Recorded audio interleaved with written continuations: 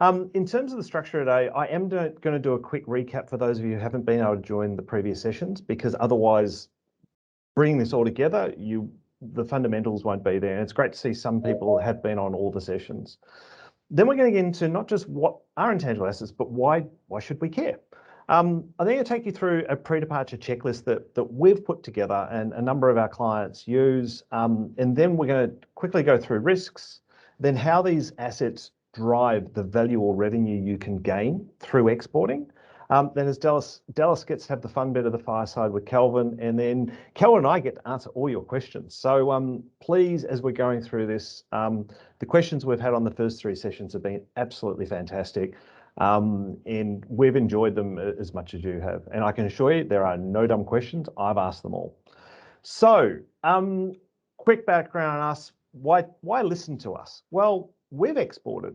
In fact, I was the one that pretty much led EverEdge's export into initially Singapore and then Asia and the US.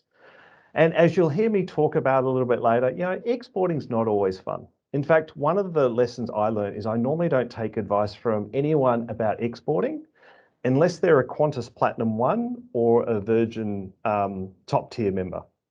Why is that? Because it means they've actually gone and done it. They've spent time on planes, sleeping often in economy because it's not glamorous, you're not up the front, staying in strange hotels, eating strange food, and normally working your original home hours in whichever time zone you're in. So I am both top tier with Platinum and Air New Zealand, with Virgin and Air New Zealand. So that's probably my badge of honor. And we work with everyone from literally the people who are first thinking about, should I even come up with an idea, right through to companies that are already exporting, and Kelly's a great example of one. Very first thing we do is work out what these assets are. We're going to go through each of these. Second of all is, what are the risks around them? And risk we always deal with first because it's normally the easiest thing to deal with, and it's normally the thing we find blows people up on the battlefield, unfortunately. Third is, well, what's our strategy? Are we just going to jump on a plane? What's our plan if things don't go wrong? And more importantly, how are we going to grow the value of the company over time so our shareholders get a return? Which leads into the fourth bit. How do you put a number on this stuff? And as we talked about with Ernie, it's not such an easy exercise. And taking a traditional accounting approach to valuation normally doesn't result in such a great outcome for you. And that fifth bit is, well, okay, we've done all that, but how do we now start to monetize this? And this is very much where exporting comes in. But this is all underpinned by intangible assets. In fact, intangible assets really are weightless exporting when you think about it. So when you're sending over a product or a service, they're normally not buying the tangible, they're buying the intangibles around it. In other words, what stops them replicating it?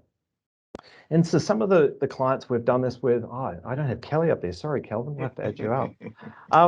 But we've certainly been on this journey with people like Rhino Rack, and we talked about the work that we did, with Treasury Wine, inadvertently stopping them giving away their data, and we'll go through the air trunk case study, and then right up to a number of our international clients. So enough about us. Let's get into why care about this stuff. Again, quick recap. Intangibles have gone from typically representing 17% of value in most companies to now 90%. The area we focus on, luckily, is the yellow. In fact, we pretty much ignore the white. And so what's driven this is two key things. And what you saw happen in the 80s, 90s, 2000s was the digital companies coming on stream, Instagram, Facebook, etc.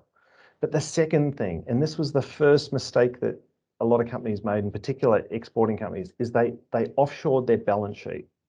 And by offshoring their balance sheet, yes, they got rid of the tangibles, but inadvertently, the intangible assets went with those tangible assets to the new supplier. And in particular, this was the US outsourcing to China.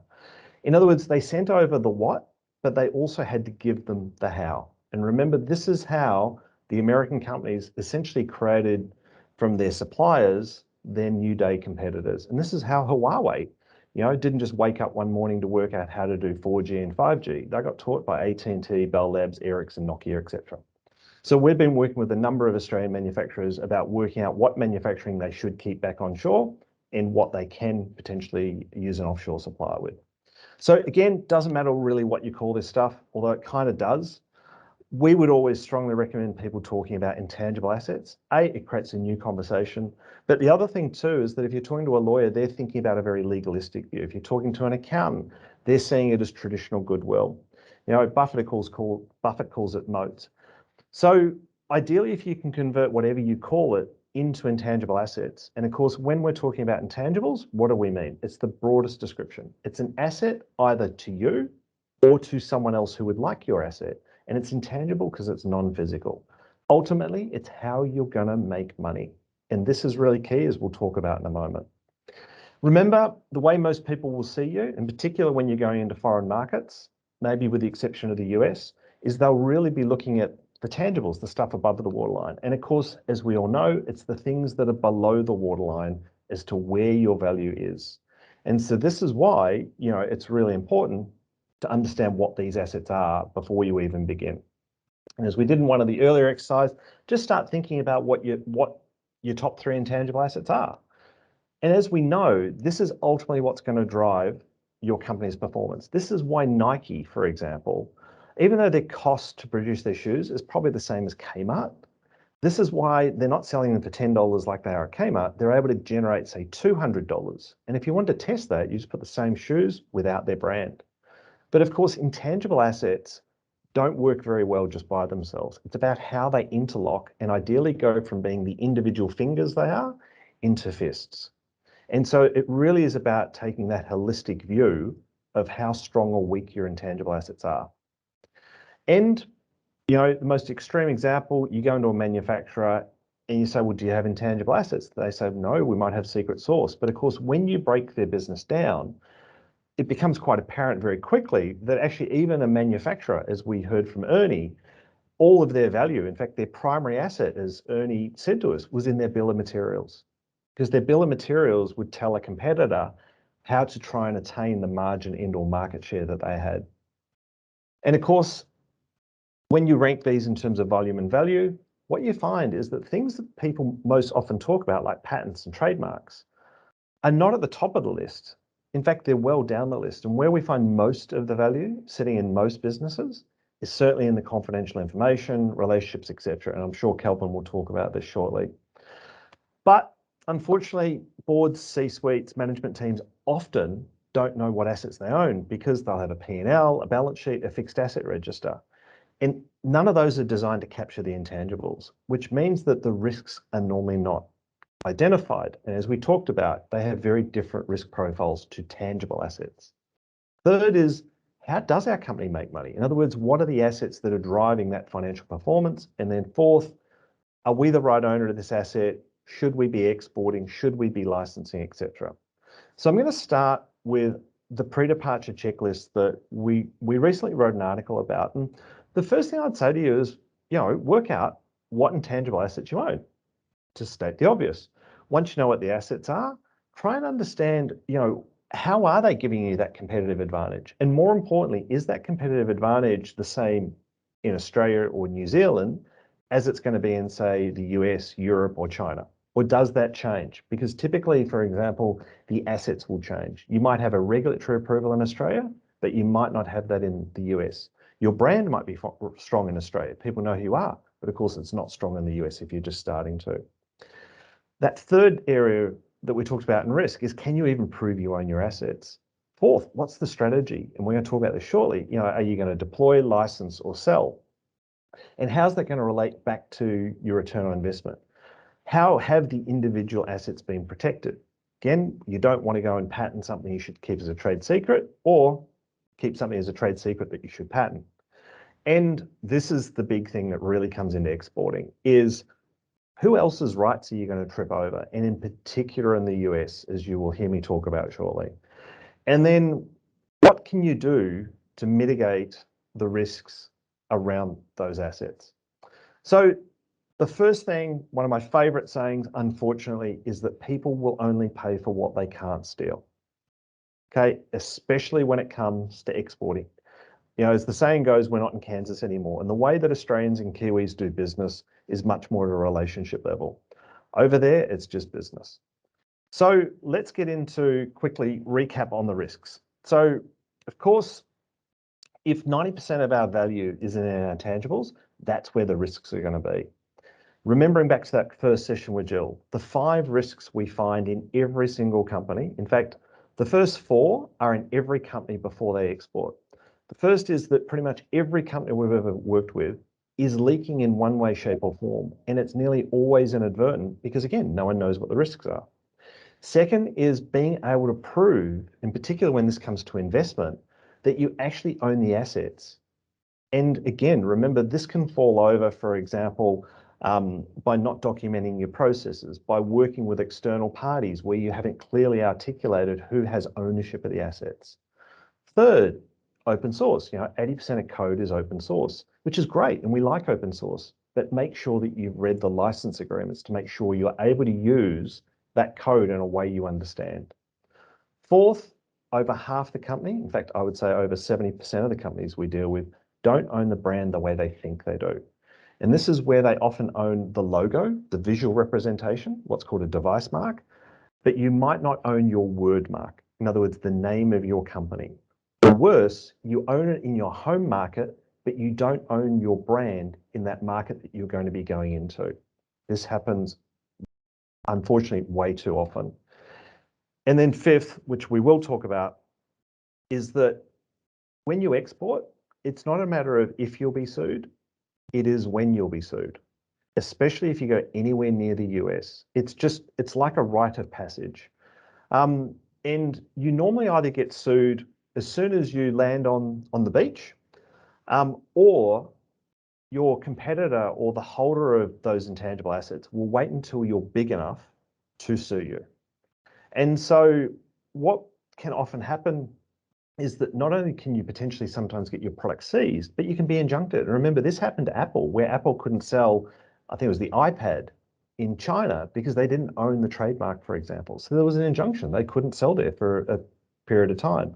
And that's because Apple hadn't registered iPad in China. In fact, I think it ended up costing them circa $12 million to get that back. And then the other side too is that sometimes, especially if you've been put on notice and you continue to trade, you can be charged damages. And not meaning to start on a down note, but this is exactly a situation that happened with an Australasian company. They had absolutely, unequivocally incredible hardware. They absolutely ignored intangible asset risk. In fact, they said to us when we first met them, we don't believe in IP. We don't believe in patents. It's all gobbledygook. We just got to run faster. Well, it's a bit like if you're trying to jump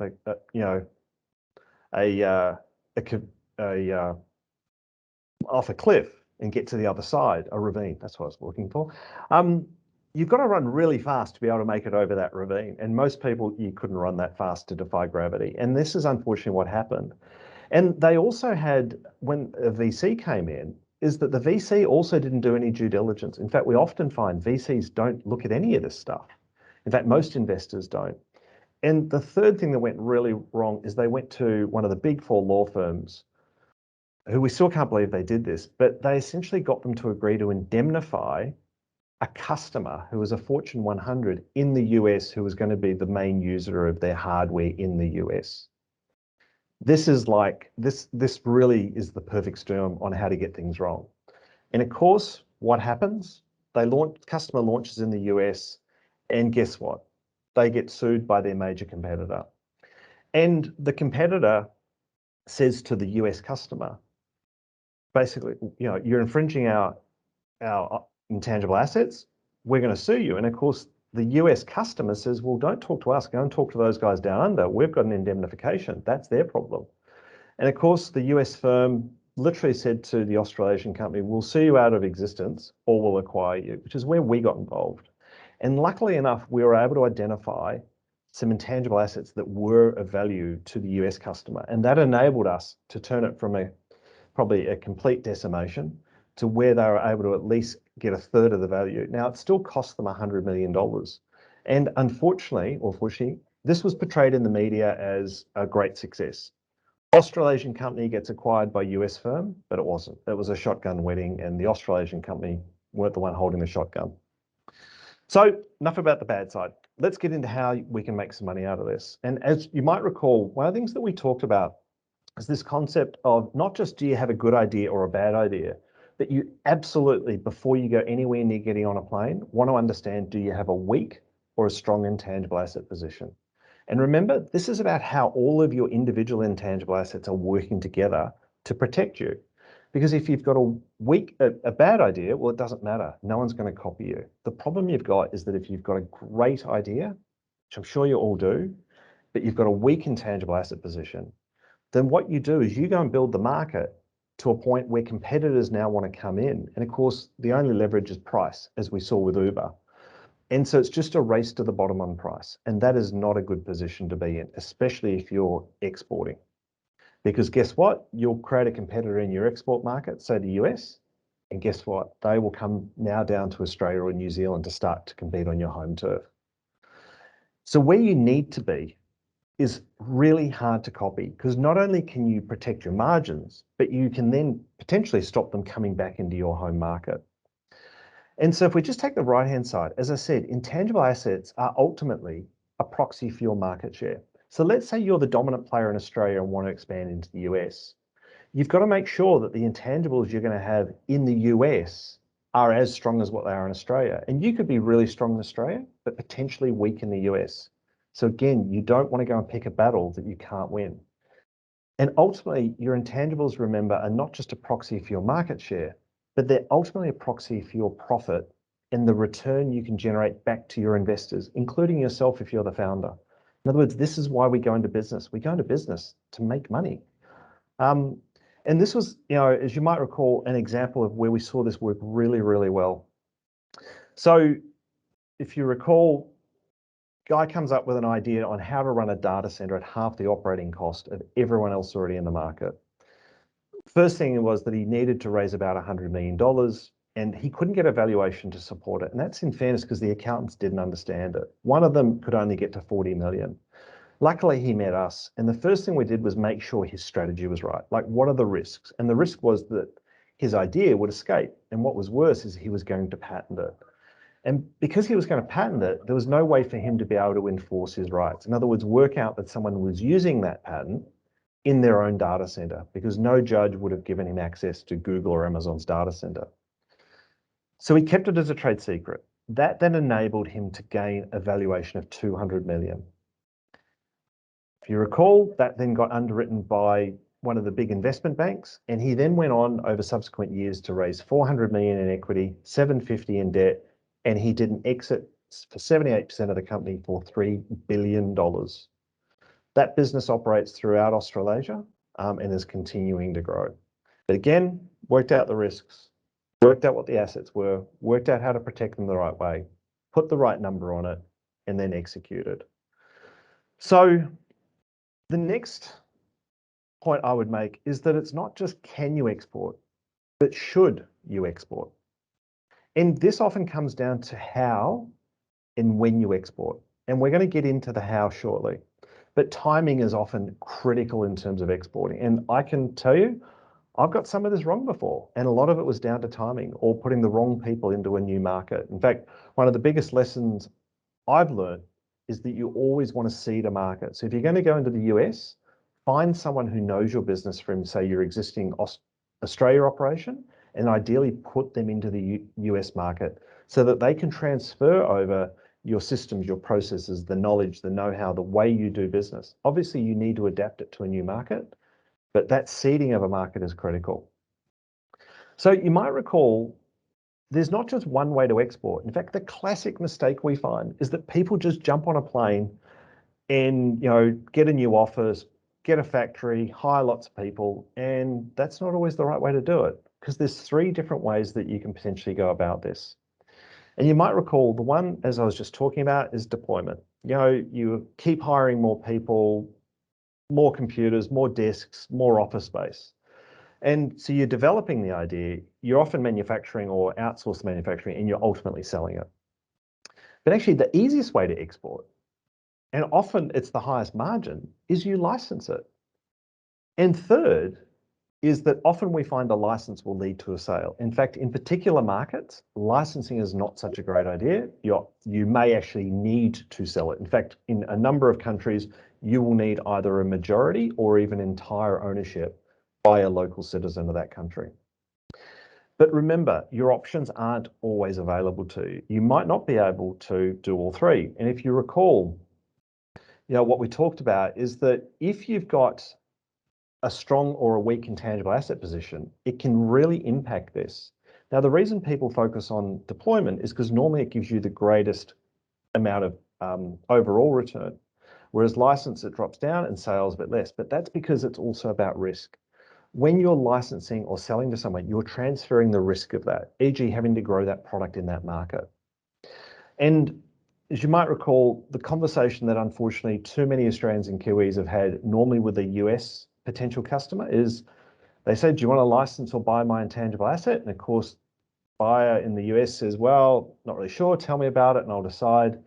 The Kiwi or Aussie says, well, I can't because either EverEdge told me it's not that well protected or I ignore what EverEdge told me. And of course, the buyer says, well, I don't care. Unless you tell me what it is, I can't buy it or license it. And of course, the Australian Kiwi says, well, I've been around your house for a few barbecues. I've got to know your family. You seem like an honest person. I'll tell you about it. And this is where the US buyer says, well, not only am I no longer interested, but I can't now buy it because in the US, they understand how this game is played. And I can't tell you how many ideas out of Australia and New Zealand have never made money outside of their home markets because they got this bit wrong. And so what you find, remember, is that if you've got a strong intangible asset position, it bends the curve up. If you've got a weak intangible asset, it bends the curve down. But not only does it bend the curve down, but you can't sell it or license it. You actually have to deploy it, but at a much lower rate of return. So you might remember the case study I gave you about the Australasian company that came up with doing fresh yogurt, and inadvertently, really their real competitive advantage was in the packaging technology. Used 35% less plastic, so that's great, was cheaper to produce, but also it was a really clever idea and they'd protected it really well. They had patents, designs, trade secrets about how it was manufactured. There was a brand around it. I mean, it was really, it wasn't just a bunch of fingers, it was two very clenched fists. And when we did the license, if you recall, and we said to the US buyer, or the meeting with the US buyer went like this, it only lasted 3 minutes. We love your technology. This is going to move the market, but we think we can break your intangible assets. Thank you so much for the meeting because we won't pay for what we can steal. That was a direct quote from a major US corporation. They called us 3 weeks later and went, yeah, we found a way to invalidate your patent, but we couldn't work out the trade secret. We couldn't work out the formulations. In other words, the intangibles were working together to force them into a license.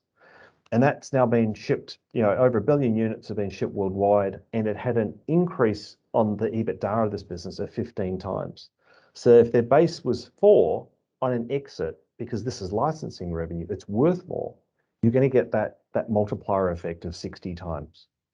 And remembering, it's also about how you value your business. It's not just the fixed assets and cash, which is how you generate your cash flow, in particular in your home market. It's understanding what that strategic value is. Now, this is very much something you need to understand when you're either doing a raise or you're doing a license or you're doing a sale. Because again, people won't pay for not just what they can steal, but also what they don't understand.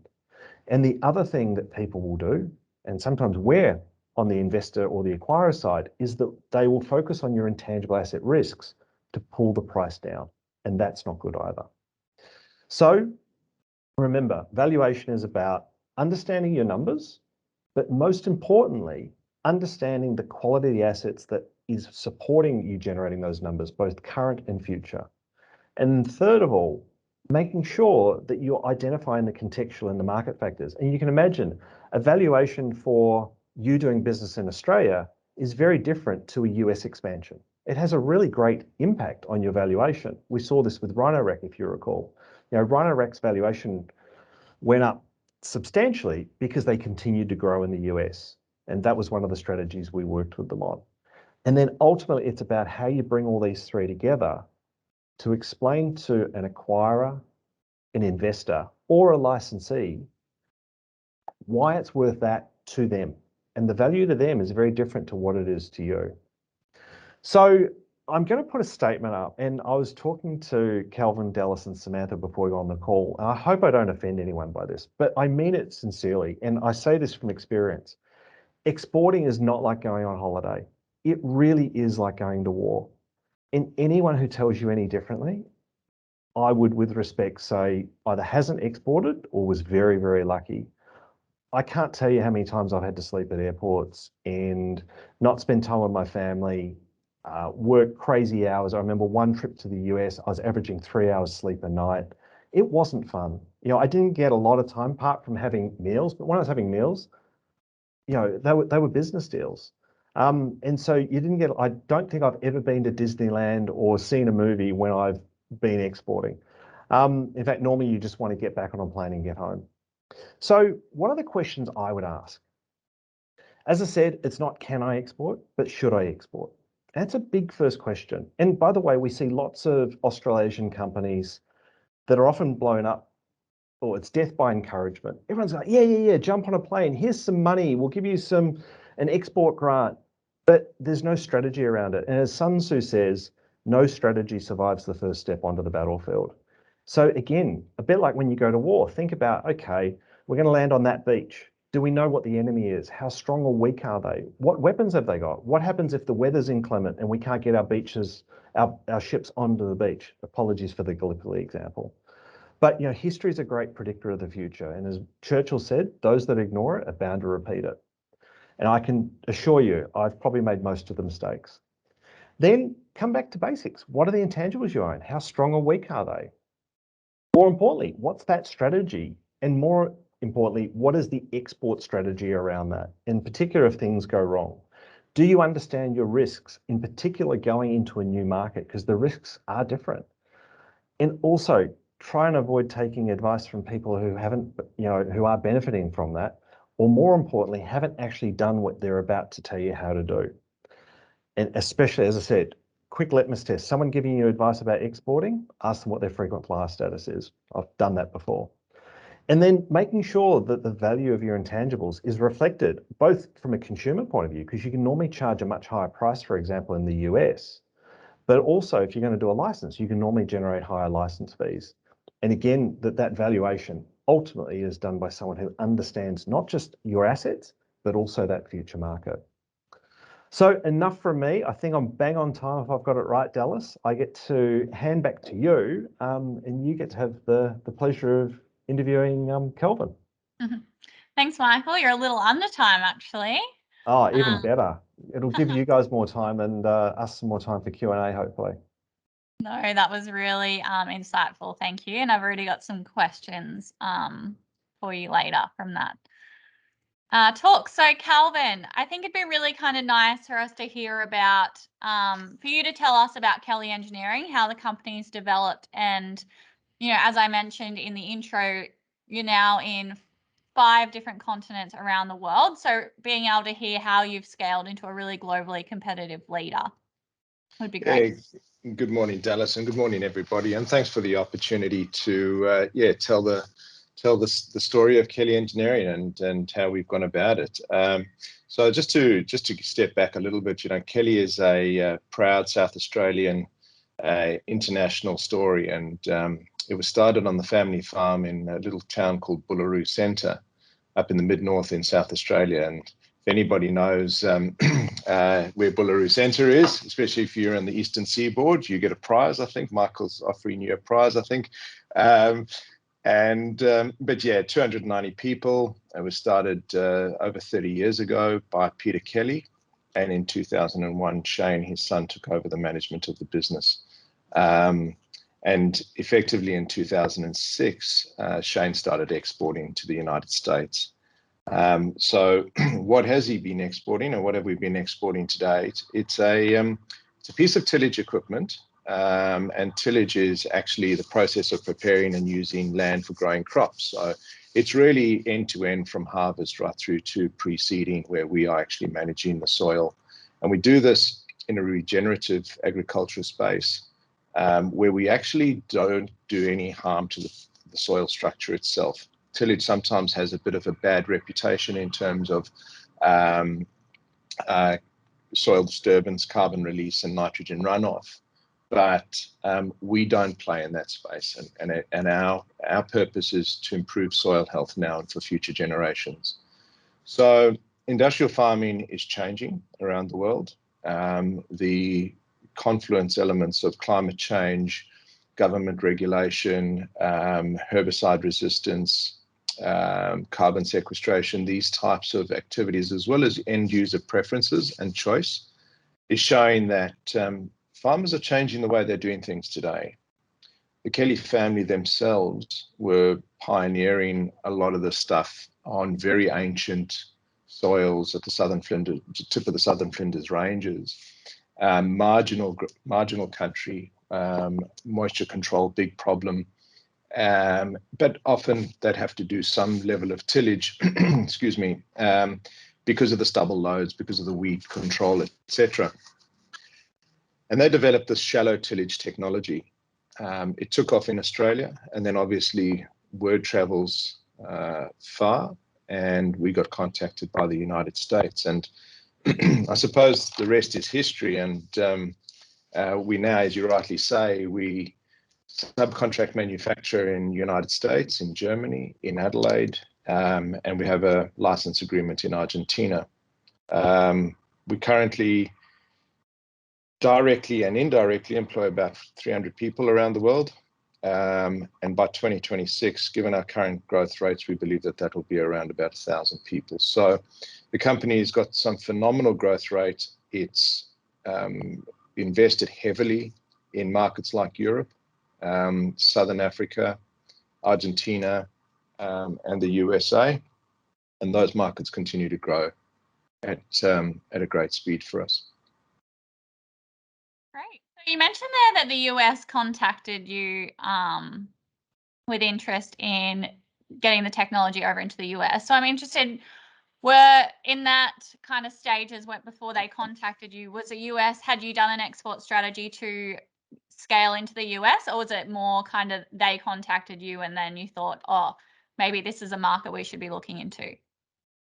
Look, Shane had considered how he was going to grow the business, and export was the logical choice, and had obviously started to tinker around with it. But as he would tell you, if he probably knew what he knows now, he may not have put that first toe in the water. But once you start to develop a cohesive strategy as to how you're going to attack the global market, it doesn't get any easier. It just gets less surprising. Yeah. So, well, mentioning that strategy, can you tell us a bit about the Kelly's Engineering export strategy? Sure. Given the fact that we export some fairly large iron, and it's fairly significant tonnage, you could probably only get a couple of machines into a 40-foot container. So when your major market over the course of 5 years becomes the USA, and you're making everything from Bullaroo Center, it tends to put a tremendous strain on your working capital. And effectively what you're doing is also taking a huge risk on forecasting, in excess of 9 months. And a lot can change in 9 months. So you can actually, and you never get it right. You either don't have enough inventory or you have too much. So in 2014, 2015, we started to look at our position as a cyclical business and how we could mitigate our risk, give the customer what they wanted, when they wanted it, and get closer to market. So we actually changed the business structure away from manufacturing centricity. And we said, look, there's 3 core elements to how we got to go global. And the first is we have to have a product that is really, really top class. And we have to keep innovating and developing in that space. So we said we've got to really put some horsepower into our research and development, because we knew that was going to protect us against competition going forward. Well, nothing can protect you against competition. Let me rephrase that. But it would certainly mitigate some of the effects of competition by staying ahead of the competition. The last thing you want to do is fight a patent suit or a trademark suit in the US, and trust me, I know from firsthand experience, it's expensive, and you don't have to spend a lot of money to get nowhere as well. So R&D was a key point for us. Then we said, okay, well, look, if we're going to do this, we really have to have a switched on supply chain. And we started to regard supply chain as a strategic weapon rather than a cost center in the business.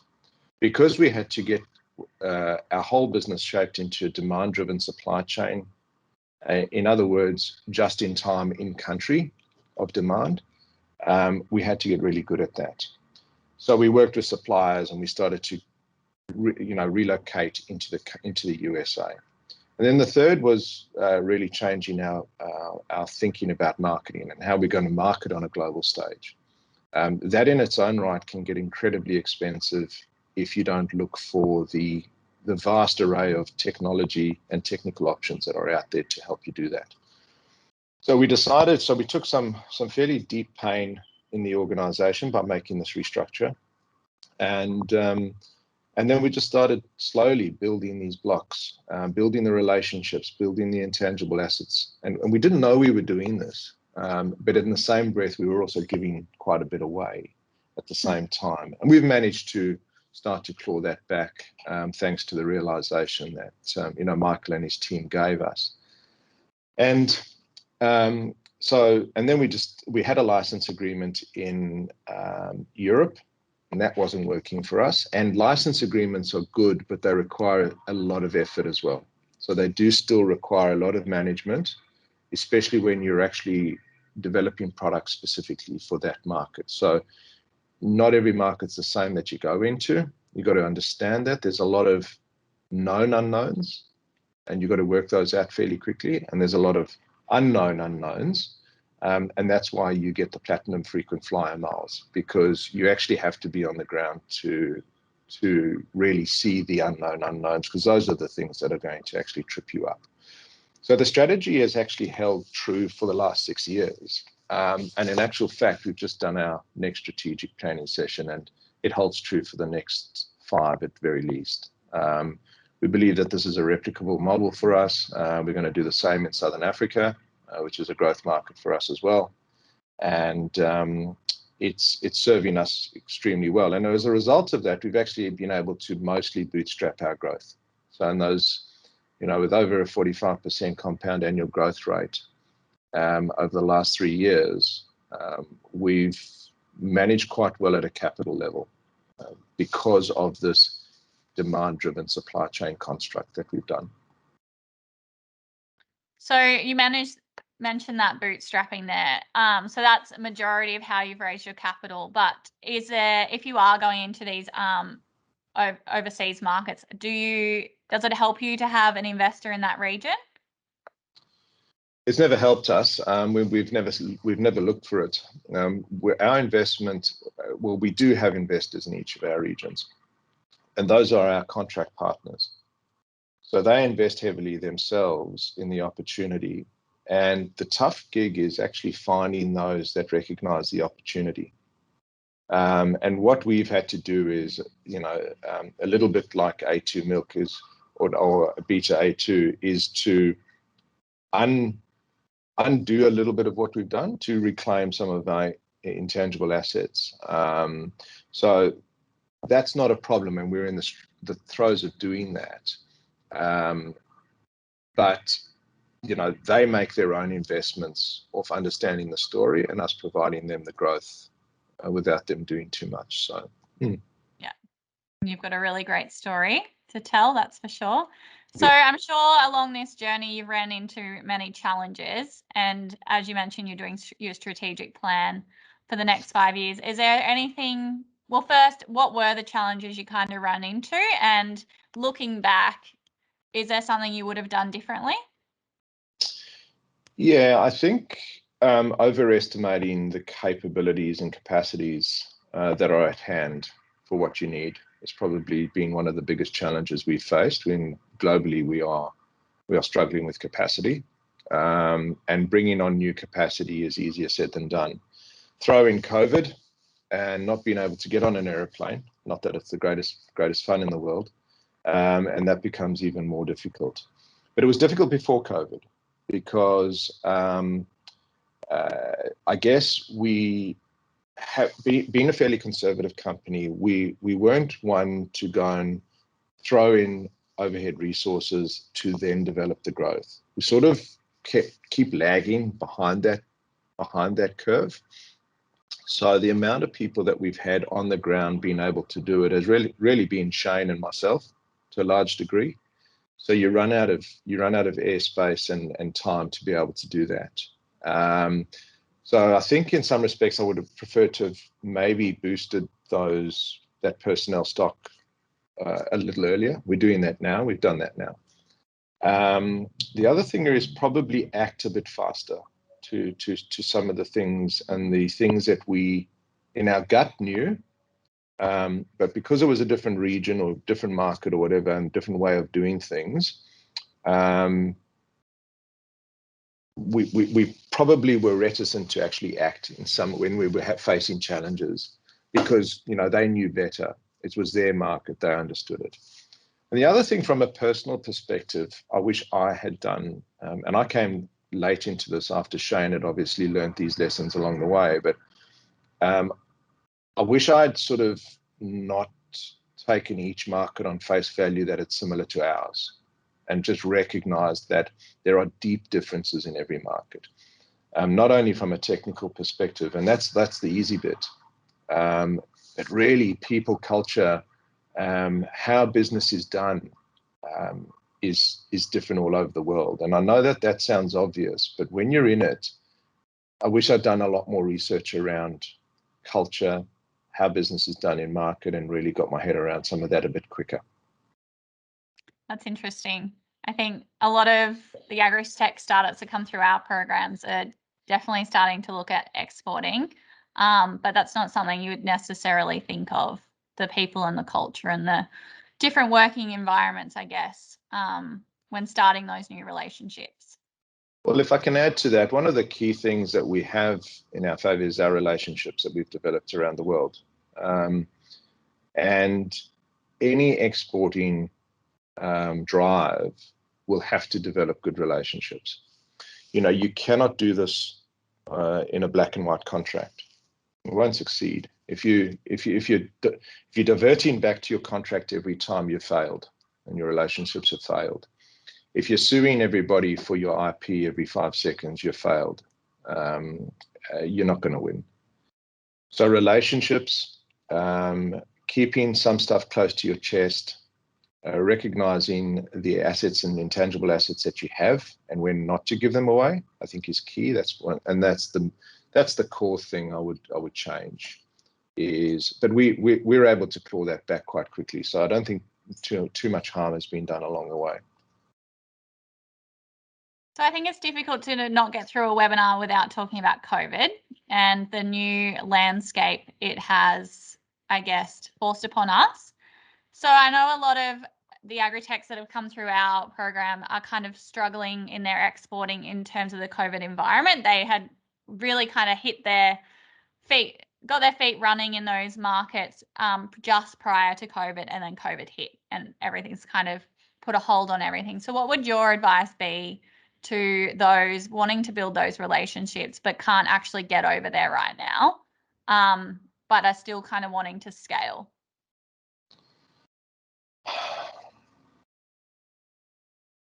I don't know how you do it. If we hadn't had our in-depth and deep relationships that we had prior to COVID, I think we would have had some immense challenges. I mean, even bringing on new capacity has almost been impossible without walking through someone's factory and connecting what they're telling you to what you're seeing. The eyes tell you far more than the ears when it comes to this sort of thing. And I don't know how. Look, borders are opening. Don't give up. Remembering this is probably one of the most exciting times you can want to try exporting, and that is because you can't get anything anywhere in the world. And anything new, anything that can assist, anything that can can help someone advance their cause anywhere in the world, I think would be readily looked upon favorably. And it depends on what space you play in. I mean, I know that in our space, you can't get a 7,000, 8,000 or 9,000 series John Deere tractor in the United States until 2023. Now, I don't think that there's an industry, from what I can tell, that's immune to that type of reality. So as soon as the borders open, go. But you've got to get there. And that, so in the face of COVID, you're going to struggle. You really are going to struggle. There's a reason Michael refers to the platinum frequent flyer miles, because there's no substitute for seeing what you're hearing. And I think that's a reality. And also, you have a dinner with someone after you've done business, and you tend to actually get to understand the cut of their jib a little differently as well. And that you've got to accept that that's the hard yard stuff you have to do. Sounds glamorous? It isn't. Well, there's a question in the chat that kind of relates to this. So in your experience, who should startups go to for advice to support them on their export journey? Was it trade agencies, EverEdge, for example, or other experienced founders that have had experience in those markets? Look, there are a number of sources that you can go to. Austrade is a great source to be able to go and tap into their networks, if they have networks in the country you're going to.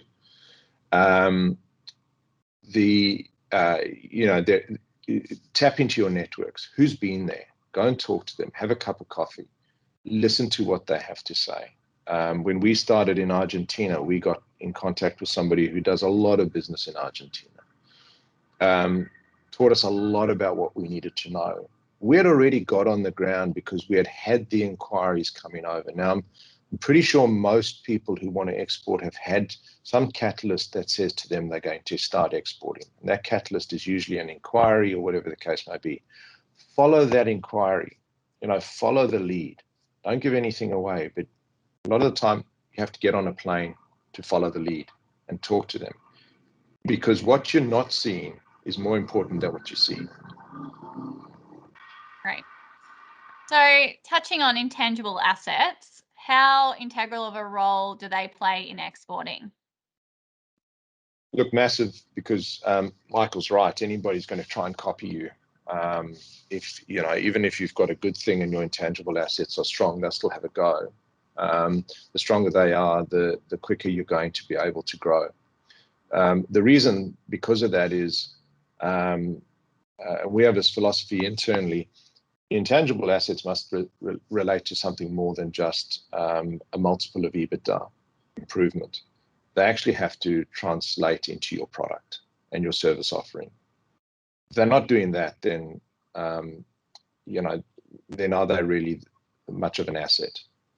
So we put it down to, we have the right product in the right time, and that product is really underpinned by strong intangible assets. Our service offering as well is underpinned by those intangible assets. We have strong IP, we have strong patents, strong trademarks, all of that. But those are not what we trade on in terms of our success in global markets. Because when that company does copy you, what they don't have is the 9,999 ways of how not to do it. That is key. That's really key. And that's all embedded in your intangible assets. Great. So Ray Duncan has asked a question. Calvin, how valuable have trade shows been for making contacts, learning about the local market, promoting products, and finding new partners? Yeah, hugely beneficial. Depending on where it is, they can really open the door. There are a lot of them, so you've got to make sure you pick the right ones. We use that as the backbone for all of our starts in all of our countries, with the exception of Argentina. So even South Africa, Germany, Italy. Germany, we actually haven't done. The largest ag show is in Germany every 2 years. We actually haven't done that because we don't believe that we've had the capacities to be able to supply to the demand. So you've got to be careful. On one hand, if you don't actually if you can't supply the demand and everybody wants it, again, they'll steal it. You know, don't give anybody a box of candy and then close the lid. So hugely beneficial. We don't do a lot of them anymore because we've found that we get better bang for our buck through social media and digital marketing platforms. We still do strategically the odd one in newer countries. So Ray has got a good point. They do play a role, but be very, very selective because they're expensive. They're really expensive. Done properly, they're expensive. Yes, and vocab tickets are on sale. Shameless plug. Even though we are in Australia. Oh, sorry, Ray. Other than Evocac. Have you got an offer for? Have you got an offer for the attendees, Dallas? Jump on our website. You might find out. Another chat question: with sustainable agriculture as a core foundation of your business, how has this shaped your export approach and the markets you've targeted? You mentioned USA, Germany, South Africa, Argentina, and where have you found parallels with the Australian market in terms of people and culture? Yeah, great question. There are quite a few things there. I think I'll just unpack the purpose and our sustainable regenerative ag purpose. And I'll reiterate it. It's, you know, to improve soil health now and for future generations. Now we can do that in our way. So what that has actually meant is being able to say no. So when you export, you're going to have a lot of opportunities and a lot of requests. Do this with your product, do that, change this.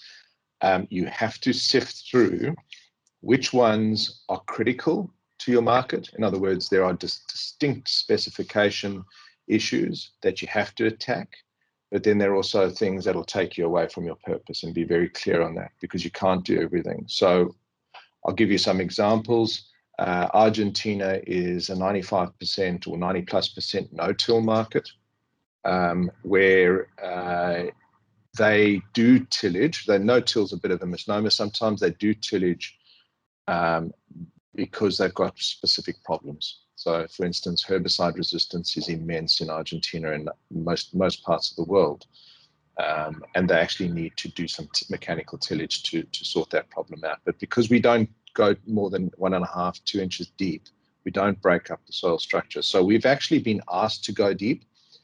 Key parts of Europe are still on very, very old tillage practices where they're digging extremely deep through multiple plowing and all sorts of other practices. We are not prepared to be in that space, even if it's a volume space. We also, our purpose has also shown us that we can't change farming attitudes. They have to change themselves. And once they change themselves, we believe that they'll find us. So from that perspective, be true to your purpose because it'll help you to be true to your product and guide your product focus, because you have to have product focus when you export.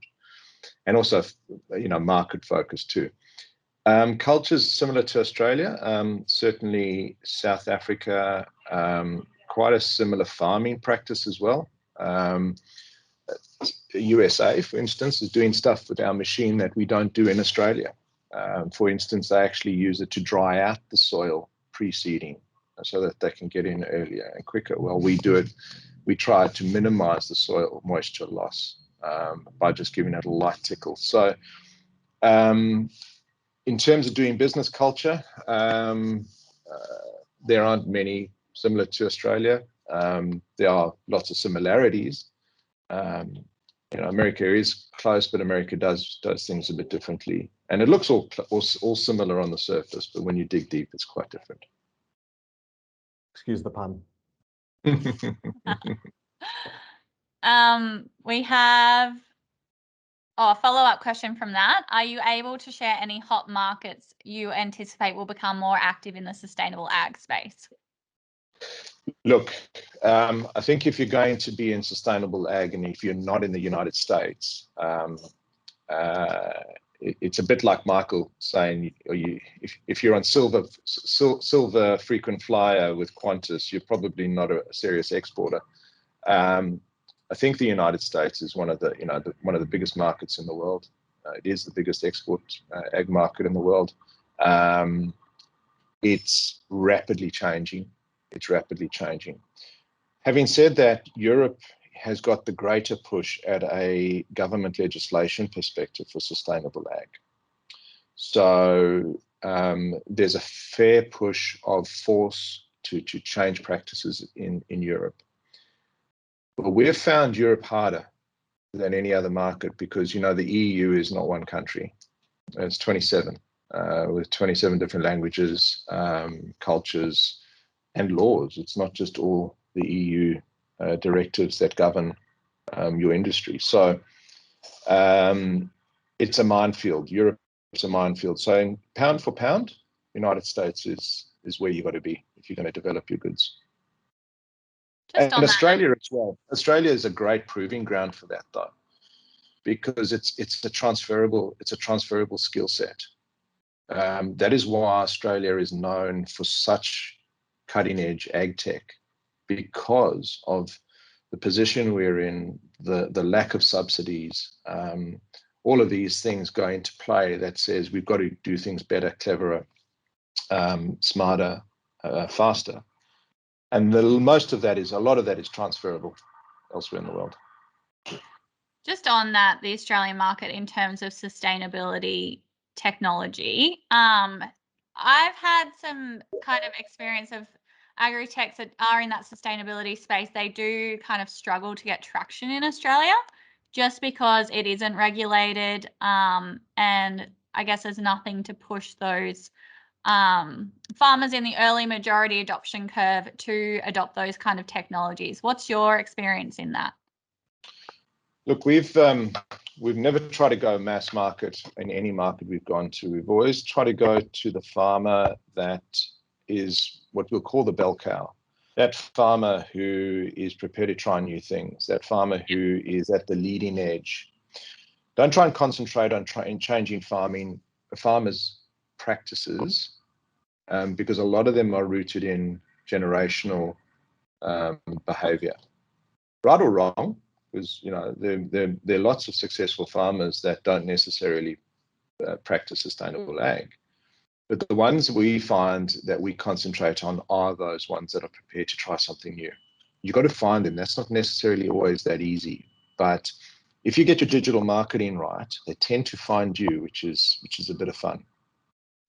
Yeah, the early adopters are great. We love those guys. Absolutely. And that's where you got to focus a lot of your attention, because they're going to help you develop the product better. That's going to have a mass appeal, because ultimately the farmer next door to that early adopter is looking to see what that person's doing. Yeah. And they tend to follow he or she around their success from what they're doing. So they watch closely, and then they sort of adopt. So, we have this sort of exponential growth in an area where we'll get one machine 1 year, 2 the next year, and 15 the next year in a sort of a county or a district, because everybody's just seen the results, watched, and said, okay, I'm in now because, that farmer's doing it. Yeah. And I think what's great about early adopters too is they tend to be investors as well. They do like to invest in new technologies, which is great. So there's another question in the chat. How valuable has the story of the company been when visiting new markets? And do your local partners tell the same story to local buyers? Hugely important. You've got to have a story. You can trade on it for so long, though, Ray, until you get big enough, and then they just want you to really behave like a normal OEM.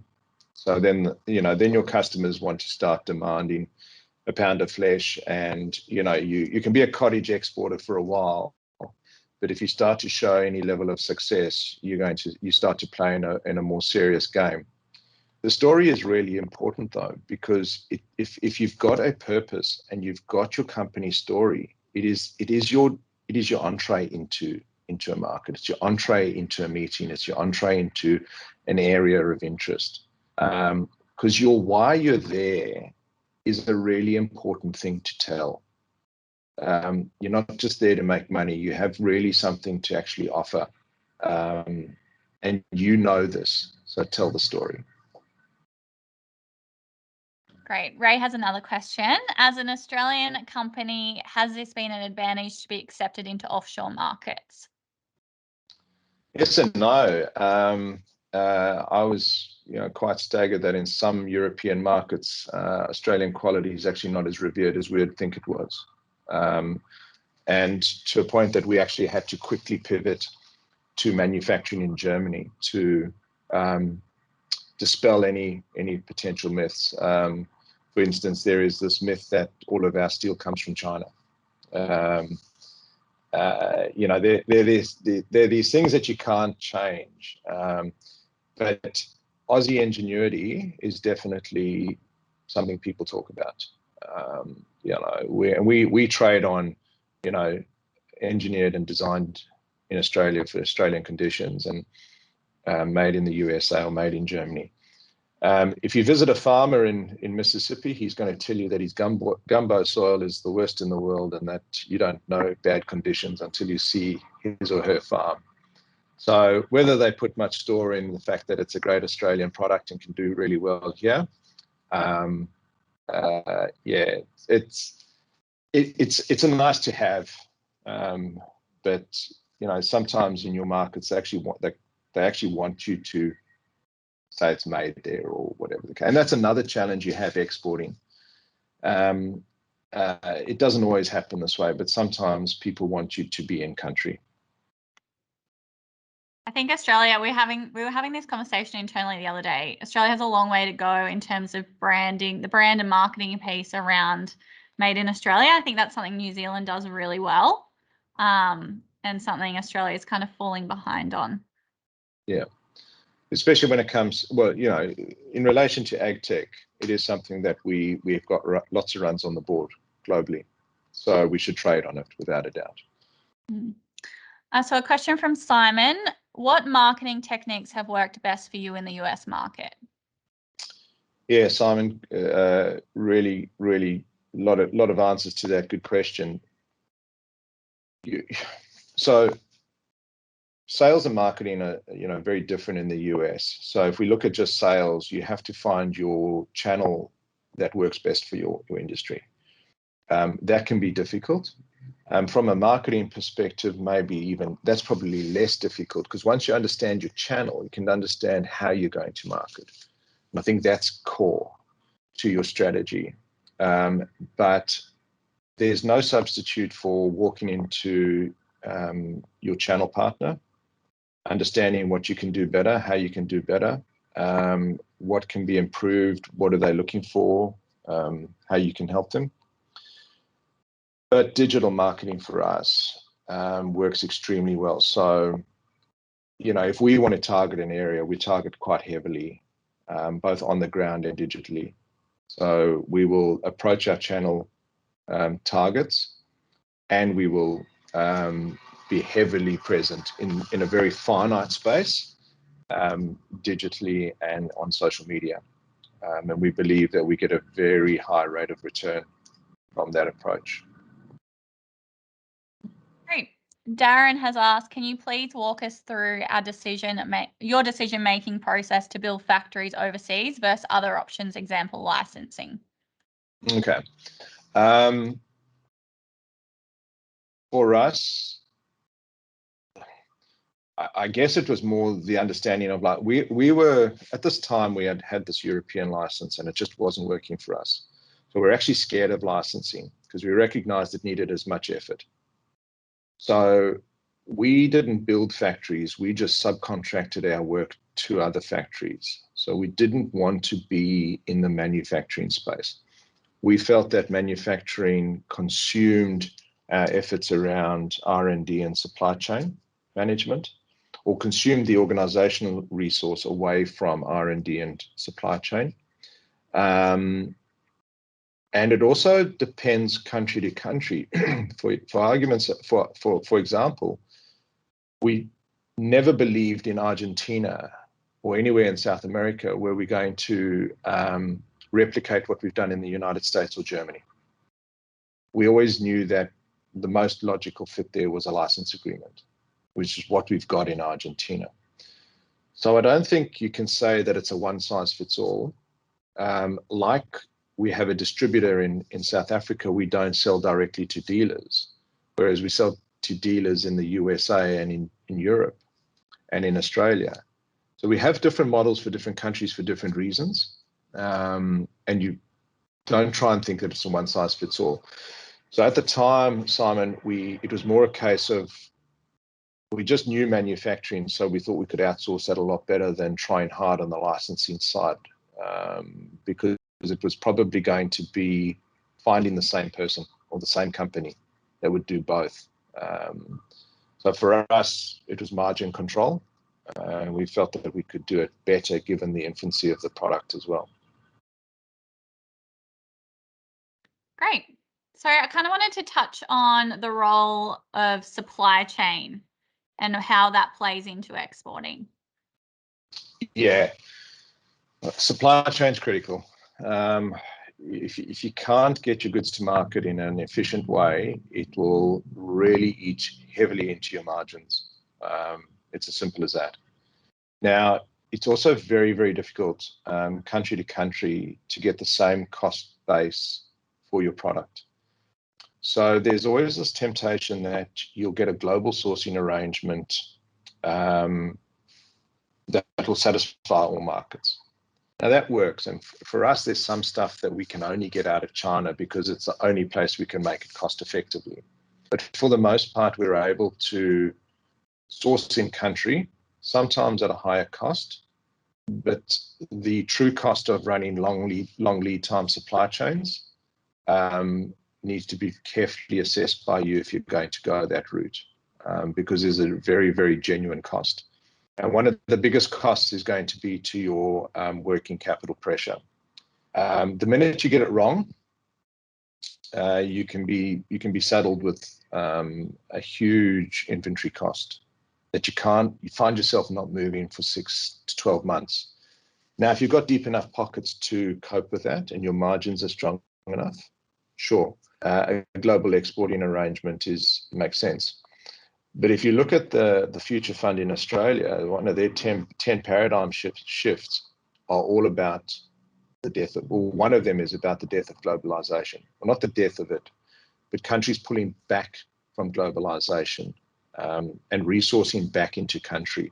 And this is something you've got to be really, really mindful of, because you can wake up one morning and Donald Trump puts 25% steel tariff on your goods coming in from China, and all of a sudden you're starting to scramble and your margin's getting eroded pretty quickly unless you do something. So global policies are good, but so supply chain, my advice to you is make it a strategic weapon. Have the right people, make sure that they're extremely competent, understand global markets, understand what it takes to ship stuff around the world, be agile, be nimble, because you've still got to get your inventory just in time unless you've got very, very deep pockets. Very good. Mark has asked a question. How did you protect your product construction IP when subcontracting your products to be manufactured? Yeah, Mark, there's a lot of stuff that goes into our equipment in terms of how it's designed that's not easy to copy and replicate. We have had copies around the world that tend to fail. It goes back to that 9,999 ways to not do something.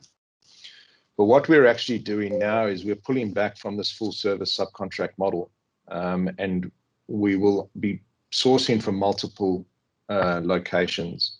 And we're actually going to bring on our own assembly and distribution in country. So we want to control that last mile of delivery. And that will then mean that no one player has the whole understanding of what gets done except us. Beta A2 milk, and I hope I'm not butchering the name, I think has done the same thing. I watched her talk the other day at South Start, or a few months ago. And I think they've done the same thing. We're a bit late to that party, but we're not too late. And we're starting to unpack that now. And it's also become a necessity because of bringing more capacity on. It's very difficult to find full service supply in your contract manufacturing space. Somebody who wants to do it end to end. But what we've also done, Mark, is we've controlled the supply chain going back there. We buy all of the goods that go into the product, except for the steel. So while they know where it comes from, they don't understand the specifications, why we've got there, what that relationship is, et cetera, et cetera. So if they started, and then obviously contractually, we lock them in with non-competes and all those sorts of things. But again, I go back to a contract. It's you know, it's only as good as how prepared you are to spend money fighting it. So. Ray has asked, can you please give us an example of an intangible asset that has come out of left field, and how did you discover it? Well, it was interesting. It's not so much left field. Because we actually didn't think our know-how was that important until we started to really assess. You know, you spend 27 years building this thing. And every month or every day or every week, you change, you're thinking about its changes. You're trying to improve it. You're trying to get it better. You're trying to make it differently for efficiency purposes. You're doing a whole host of things. And all of a sudden, 27 years later, you scratch your head as to why your competitors aren't actually copying you successfully and failing dismally. And it comes down to that know-how. And we didn't give it enough credence in our organization, and we're pulling, you know, we're making sure that we guard that know-how a bit differently now too. The other was our data and how much we let our data out sometimes, and we're pulling back on that quite dramatically too. And we've actually made significant investment in systems just to make sure that we stop doing that as a result of the work we did in the intangible side. Yeah, I remember a couple of times in the workshops where we paused the workshop because we discovered, or we raised something. Hey, look, this could be really valuable to you. And I remember at one point, Shane going, just hold on for a second. I need to send some emails. And that's the thing. I mean, these assets, that iceberg diagram, Kelly has these assets, has had these assets. And, Calvin touched on a really key asset, what we call negative know-how. In other words, it is the thousands of ways that didn't work, all the mistakes you made. And that's not just from a manufacturing point of view, but even a go-to-market strategy.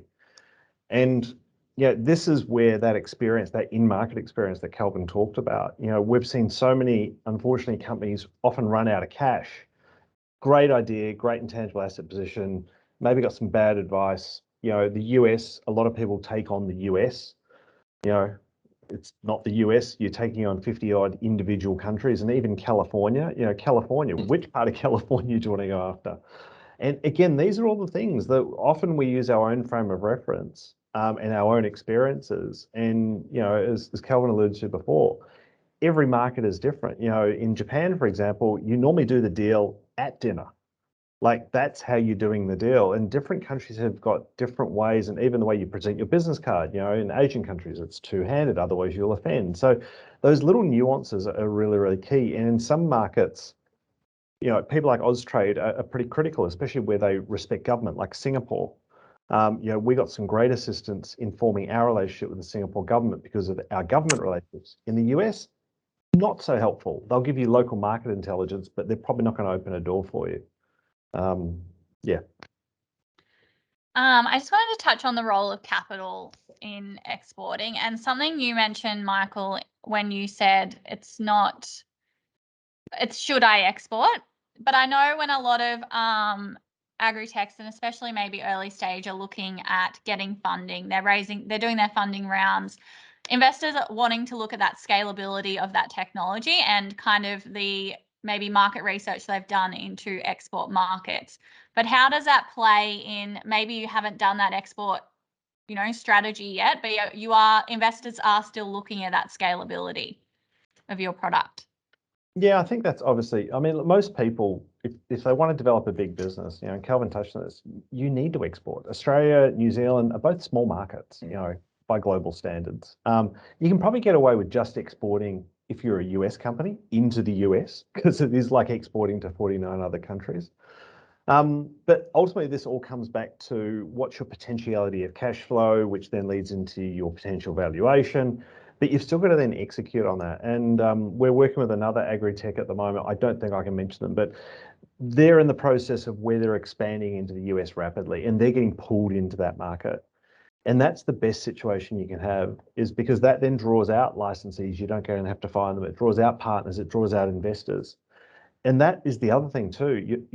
Like when we valued them as an Australian operation, it is a very different valuation to them being a US organization. And, to the founder's credit, he said to me the other night on the phone, I am going to move to the US. And I'm not going to leave the US until we're successful in the US. And it's the old Vikings burn the boat strategy. Now that, as I said to him, use that message to investors is very investable, because US investors want to know, that you're not just going to do some Zoom calls, that you are going to be on a plane every couple of weeks. And that's why, most CEOs I know, we often catch up in the lounges, because, we're all on planes together. And, to Calvin's point, the world has changed to a degree with COVID, but the way you build a relationship is still face-to-face. It's hard to build a relationship. It's hard to have that initial meeting to build trust over video. And so it really is kind of time in the seat, and time in the seat is normally on a plane.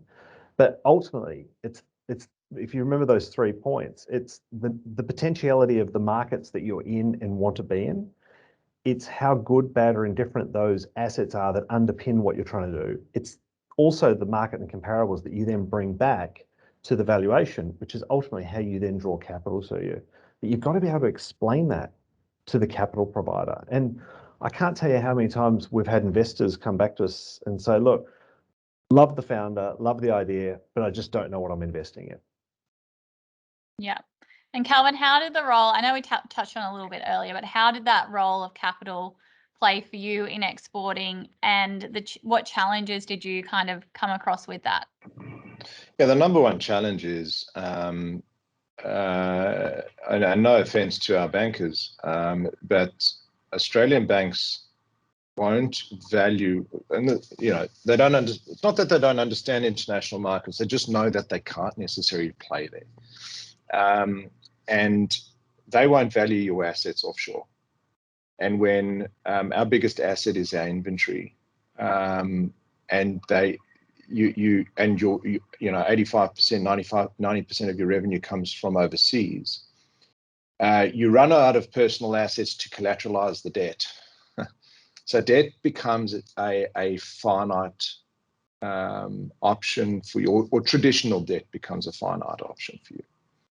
There are all sorts of other alternative debt options. There's Export Finance Australia, who is really playing quite well in this space now that they're able to do a lot more than they originally started doing.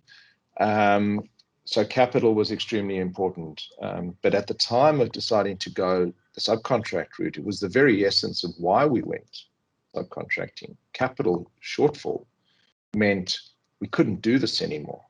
Otherwise, we wouldn't continue to grow. So by restructuring what we did at the supply chain level, we freed up capital immensely, and for 6 years we didn't change our debt levels. We just grew and grew and grew. So from our perspective, debt is cheap. It's a very low percentage of our business in relative terms, or it's a reasonable level. But obviously there is the equity markets and the private equity markets and all those sorts of things that are options that one should consider. We're no expert in that, so I don't think I can give you too much advice there. Well, to wrap up, I'd love to hear from both of you on, your top 3 tips and advice to give agri-techs that are starting to look at exporting, and what, you know, they should start thinking about. Look, from my perspective, it's I think the first and foremost thing is, yes, plan, but you have to go. All right. And it's always that adage, if I knew what I knew then, I might never have done what I'm doing today. Try not to fall into that trap. Analysis paralysis will never get you there. Have a go.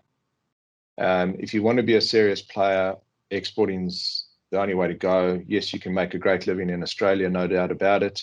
But if you're good enough and your product's good enough, somebody's going to take out your lunch. And most importantly, I think, is really around that capital piece. Make sure you understand what your limitations are. Make sure you understand the boring bits about, you know, your working capital cycle. What is your cash flow cycle? You know, for every dollar that you grow by, are you burning or generating cash? If you're burning cash, where are you going to get it from? It's as simple as that. Because a sure way to the bottom is keep going, and you keep burning cash. Because once you've run out of cash, and someone will take you out very quickly, very cheaply, one way or another. So I can't stress those enough. But have fun. It's a great thing to do. Michael calls it war. I just call it, you know, the ability to make a difference in terms of what we're doing, and that's painful, but it's heck of a rewarding as well. So yeah, have a go. Yeah, it's rewarding when you win the battle. And having lost a few battles, not so much fun. No. Yeah, that's the thing. It's really easy to burn that cash in those offshore, and it's money you'll never get back. You'll get the experience, absolutely, but you never get that money back. And wow, does it scare you to go back into that market again? Yeah, I'm struggling with my 3. I'm just thinking back to personal experience and mistakes I've made, you know, because I think, again, that's how you learn. It really does come down. I'm also thinking about the client mistakes that we see. Number one is people just not understanding how strong or weak their assets are. Yeah, are they going to be able to stand under that pressure, especially in the US when you get the first patent litigation, or you go into a country where you can't really deploy, you've got to go into a licensing model like in Argentina. Are your assets going to stop them stealing what you've got? And you know, every week we're dealing with this, and it's really frustrating. I mean, New Zealand, as I mentioned on a couple of calls, there's 2 published books in New Zealand, like full books of all the ideas that never made money when they tried to export because they weren't protected properly.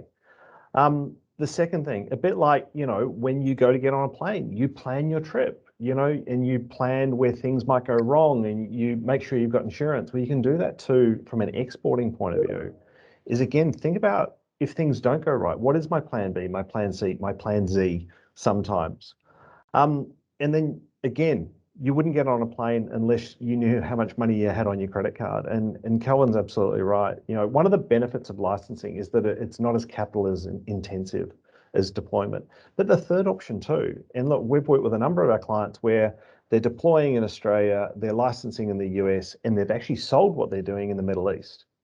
So one of our clients, another one of our Adelaide clients, New Medico, just announced a $78 million deal around their syringes.